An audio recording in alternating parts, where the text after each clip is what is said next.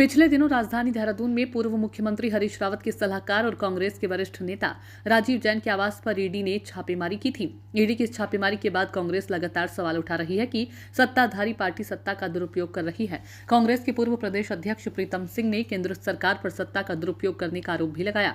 उन्होंने कहा कि सत्ताधारी दल ईडी, सीबीआई और इनकम टैक्स का दुरुपयोग कर रही है। उन्होंने कहा कि प्रदेश के एक मंत्री के ऊपर मुकदमा चलाने के लिए कोर्ट ने सरकार से परमिशन मांगा, लेकिन सरकार ने इस पर कोई ध्यान नहीं दिया। वहीं कांग्रेस के वरिष्ठ नेता राजीव जैन के आवास पर ईडी की छापेमारी की गई। कांग्रेस के इस तरह के आरोपों का बीजेपी के प्रदेश अध्यक्ष महेंद्र भट्ट ने जवाब दिया है।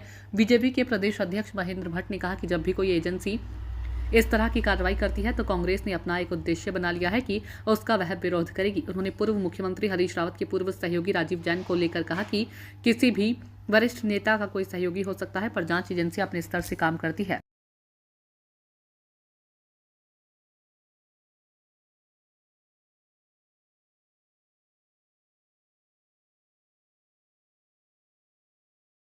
देखिए, मैं वही कह रहा हूँ कि सत्ता में बैठे हुए लोग जिस तरीके से सीबीआई, ईडी और इनकम टैक्स का दुरुपयोग कर रहे हैं, वो अब आम बात हो गई है।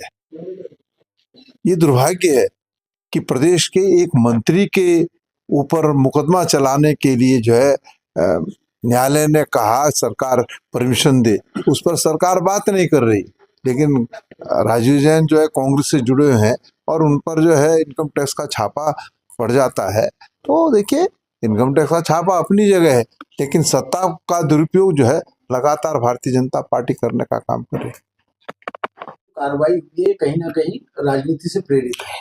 देखिए, जब कोई भी एजेंसी कार्रवाई करती है तो कांग्रेस ने एक आजकल एक अपना ये प्रकार से उद्देश्य बना दिया है कि उस एजेंसी पर प्रश्न खड़ा करना।